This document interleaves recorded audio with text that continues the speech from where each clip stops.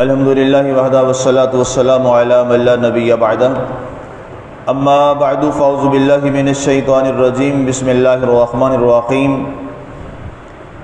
کأنہن الیاقوت والمرجان فبأی آلاء ربکما تکذبان۔ وہ یاقوت اور مرجان کی مانند ہوں گی تو تم دونوں اپنے رب کی کس کس نعمت کو جھٹلاؤ گے۔ آج ہماری سورہ الرحمن کی آیہ مبارکہ 59 تک کی تلاوت و ترجمہ کا شرف نصیب ہوا۔ سامعین، گزشتہ ہمارے درس مبارک میں اہل جنت کے لیے اللہ تعالیٰ نے حور و غلمان کا ذکر فرمایا اور حوروں کے حوالہ سے ساتھ ان کی عظمت اور توقیر کے حوالہ سے یہ بھی فرمایا کہ انہیں اس سے پہلے کسی انسان اور جن نے چھوا تک نہیں ہوگا۔ اس میں ایک پہلو ہمارا رہ گیا تھا قلت وقت کے پیش نظر، انسانوں کے حوالہ سے تفصیلی بات میں نے کر دی تھی، جنات کے حوالہ سے ہماری ایک بات رہ گئی تھی۔ جنات کے بارے میں کئی مفسرین اور فقہاء اور علماء کے موقف جو ہیں وہ مختلف ہیں۔ بعض نے یہ فرمایا کہ جنات جو ہیں اللہ تعالیٰ انہیں جہنم میں جو نیک ہوں گے، مسلمان ہوں گے، جنات میں بھی مسلمان بھی ہیں، کافر بھی ہیں، عیسائی بھی ہیں، یہودی بھی ہیں۔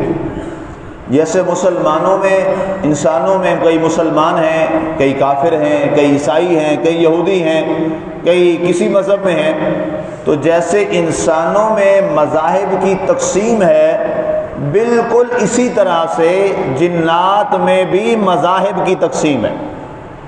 جنات میں بھی کئی جن آپ کو ایسے ہیں کہ وہ مسلمان ہیں، کئی جنات ایسے ہیں وہ مومن ہیں،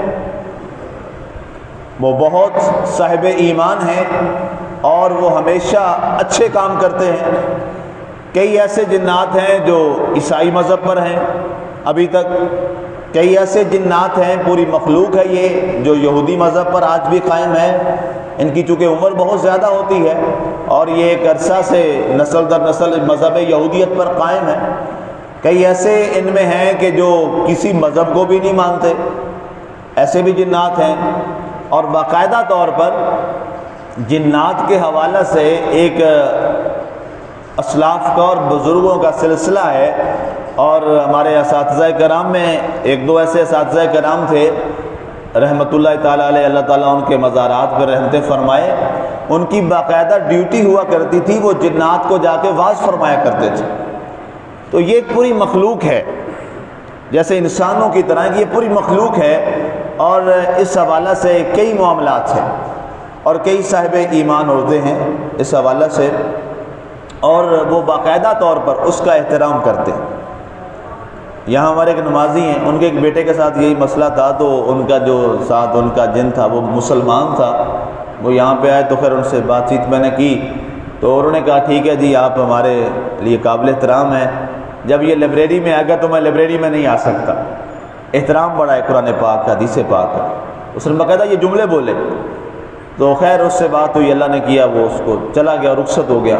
تو اس نے باقاعدہ بتایا کہ میں یہ پڑھتا ہوں اور یہ چیز سنتا ہوں اور میں مسلمان ہوں۔ کئی اور ایسے تجربات ہوتے ہیں۔ تو اللہ تعالیٰ نے جو جنات کے بارے فرمایا کہ انہیں اس سے پہلے کسی جن نے نہیں چھوا ہوگا۔ اب جیسے برائی ایک انسانوں میں ہوتی ہے، اسی طرح یہ برائی جنات میں بھی ہے، زناکاری والی۔ تو اس بنیاد پر اللہ تعالیٰ نے فرمایا کہ وہ حوریں جو جنت میں مسلمانوں کو اللہ تعالیٰ ایمان والوں کو عطا فرمائے گا، لم یطمثن انس قبلہم ولا جان، ان کو اس سے پہلے کبھی نہ انسان کسی نے چھوا ہے اور نہ کسی جن نے چھوا ہے۔ تو اس سے امام اعظم ابو حنیفہ رضی اللہ تعالیٰ عنہ یہ فرماتے ہیں کہ یہ برائی جو ہے یہ جنات بھی کرتے ہیں۔ قرآن کی یہ آیت آ گئی۔ اب کئی علماء نے یہ لکھا کہ جنات جو نیک ہیں انہیں اس کے بعد مٹی بنا دیا جائے گا اور اس کا وجود ختم ہو جائے گا، بعض نے کہا نہیں یہ جنت میں جائیں گے، اور دوزخ میں انسانوں کی طرح جو برے ہوں گے وہ جہنم میں جائیں گے، اور بعض نے یہ کہا کہ صرف جہنم میں جائیں گے، جو جنت والے ہیں انہیں ویسے ختم کر دیا جائے گا باقی جانداروں کی طرح اور ان کا وجود ختم ہو جائے گا۔ لیکن جو صحیح موقف ہے وہ یہی ہے جو قرآن نے فرمایا ہے کہ جو نیک اور صالحین ہیں انہیں اللہ تعالیٰ جنت عطا فرمائے گا۔ اب اس کے بعد اہل جنت کے لیے اب یہاں ایک اور سوال بھی کیا جاتا ہے کہ یہ حوریں تو اہل جنت کو اللہ تعالیٰ جنت میں عطا فرما دے گا، تو اس کی جو بیوی ہے وہ کیا ہے؟ کیا اسی بیوی کو اللہ تعالیٰ حور کی صورت عطا فرمائے گا اور وہ بیوی ہی حور کہلا رہی ہے؟ یہ سوال بھی کیا جاتا ہے۔ تو یاد رکھیے گا جو نیک اور صالحہ بیوی ہے اللہ تعالیٰ اس کو حوروں کا سردار بنا دے گا، اس کا وجود الگ ہے، وہ حوروں میں شامل نہیں ہے۔ یہ بات ذہن نشین رہے، یہ جو حوریں عطا کی جائیں گی نیک اور صالحین کو یہ الگ ہیں، اور جس نیک شخص کی زوجہ بھی صالحہ ہے اس کی بیوی بھی نیک ہے تو اللہ تعالیٰ اس کو جنت میں اس کے ساتھ ملا دے گا، ان کا وجود وہاں بھی جدا نہیں ہوگا۔ نیک بیوی کا صالحہ بیوی وہ جنت میں آپ کے ساتھ رہے گی، اور اللہ تعالیٰ اس کو اتنا مقام دے گا کہ اس کا حسن و جمال اللہ تعالیٰ اتنا زیادہ فرما دے گا کہ وہ حوروں جو اتنی خوبصورت ترین ہیں، ان کی وضاحت آگے آئے گی، ابھی آیت جو میں نے پڑھی اس میں بیان کرتا ہوں، ان کا حسن و جمال بیوی کے سامنے ماند پڑ جائے گا، تھوڑا ہو جائے گا۔ اللہ تعالیٰ اس بیوی کو اتنا حسن و جمال عطا فرمائے گا کہ وہ حوروں کی سردار بن جائے گی، اور حوریں اس پر ناز کریں گی کہ اے جنتی تجھے اللہ تعالیٰ نے جو بیوی عطا فرمائی تھی اس کو اللہ نے کتنا حسین و جمیل بنایا ہے، یہ تو ہم سے بھی زیادہ حسین و جمیل ہے۔ آگے اللہ نے فرمایا کأنہن الیاقوت، ان کا حسن و جمال کیا ہے؟ گویا یہ یاقوت ہے۔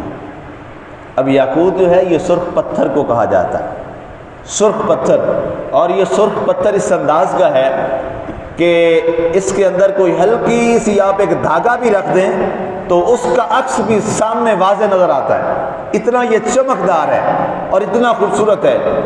ترمذی شریف کی میں ابھی حدیث شریف پڑھ رہا تھا، سیاستہ کی بہت مشہور کتاب ہے جو حرم شریف میں جس کا درس بھی باقاعدہ ہوتا ہے، حرم مکہ میں، حرم مدینہ منورہ میں، اور ہمارے دورہ حدیث شریف کی آخری سال میں یہ پڑھائی جاتی ہے، جامع ترمذی شریف۔ اس میں ایک حدیث شریف میں ابھی پڑھ رہا تھا، حضور علیہ الصلوۃ والسلام نے ارشاد فرمایا کہ یہ اتنا حسن و جمال، اس آیت کے بارے میں حضور سے پوچھا گیا یا رسول اللہ صلی اللہ علیہ وسلم یہ یاقوت کا کہنا اور اس کی یہ خوبصورتی یہ کیا ہے؟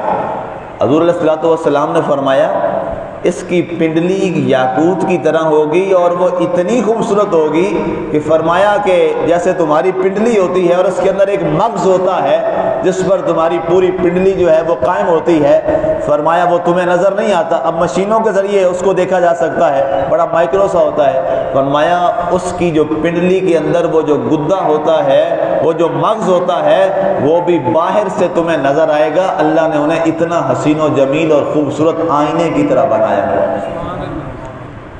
یہ اس لیے اللہ نے فرمایا کأنہن الیاقوت، گویا کہ وہ سرخ یاقوت کی طرح، اس سرخ پتھر کی طرح بالکل صاف، نیٹ اینڈ کلین، خوبصورت عیاں، والمرجان، اور یہ مرجان مونگا، یہ سفیدی میں کہا جاتا ہے کہ یہ وہ اتنا خوبصورت ہیرا ہے کہ جو دودھ کی سفیدی ہے یہ بھی اس کے سامنے ماند پڑ جاتی، یہ اتنا شفاف ہوتا ہے اور اتنا خوبصورت ہوتا ہے۔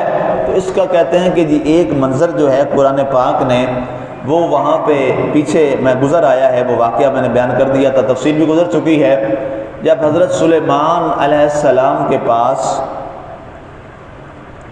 آئی تھیں ملکہ بلقیس، تو ان کے آنے سے پہلے آپ نے فرمایا تھا کہ اس کا تخت جو ہے اس کے آنے سے پہلے پہلے میرے پاس آ جائے، اور اس کا تخت کیا تھا؟ اس وقت میں نے بتایا تھا کہ وہ ہیرے جواہرات اور یاقوت اور مرجان سے بنا ہوا تھا۔ تو آپ نے فرمایا کہ اس کا تخت جو ہے وہاں سے پہلے بلوایا جائے، تو وہ خیر ایک افریت جن تھا، اس نے کہا جی اس کے آنے سے پہلے تک جو ہے وہ میں لے کے آ جاؤں گا۔ آپ نے فرمایا نہیں، یہ بڑی دیر ہے، اس سے پہلے مجھے جلدی چاہیے۔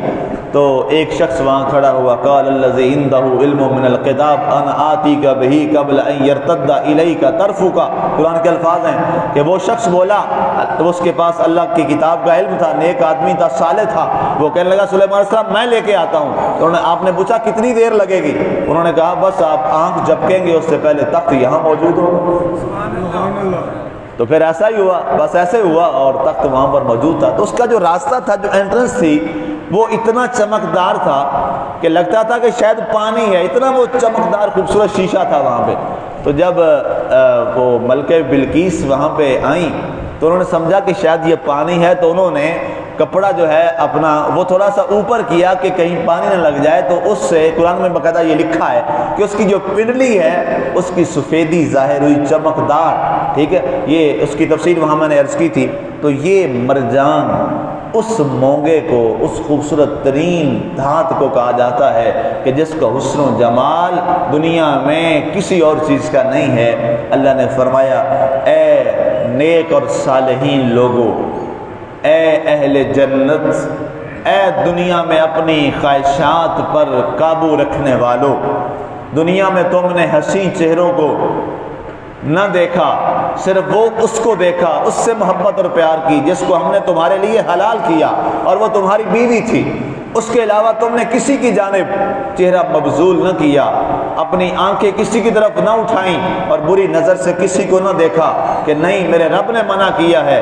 فرمایا آؤ آج جنت میں تمہیں وہ حسن و جمال والی حوریں ہم عطا کریں گے جن کا حسن و جمال دنیا میں کسی کے پاس بھی نہیں تھا۔ یہ بدلہ ہے اس بات کا کہ تم نے دنیا میں اپنے آپ کو پاک رکھا، تم نے دنیا میں اپنے آپ کو پاکیزہ رکھا اور تم زنا کے قریب نہ گئے اور تم نے اپنی نگاہوں کو پاک رکھا۔ آج ہم تمہیں وہ حوریں عطا فرما رہے ہیں کہ جن کا حسن و جمال یہ ہے کہ یاقوت اور مرجان کی طرح ان کا جسم اور ان کی ساخت ہے۔ فَبِأَيِّ آلَاءِ رَبِّكُمَا تُكَذِّبَانِ، اے انسانوں اور جنوں، تم اپنی رب کی عطا کردہ نعمتوں میں سے کس کس کا انکار کرو گے؟ رب نے تمہیں کتنی بے پناہ نعمتوں سے مالا مال کیا ہے۔ سامعین، اللہ تعالی ہمیں اپنی نعمتوں کی قدر کرنے کی توفیق عطا فرمائے اور اس کی بے پناہ نعمتیں جو ہم سب پر ہیں اللہ ہمیں اس کا احترام کرنے کی توفیق عطا فرمائے۔ آمین۔ وما علینا الا البلاغ المبین۔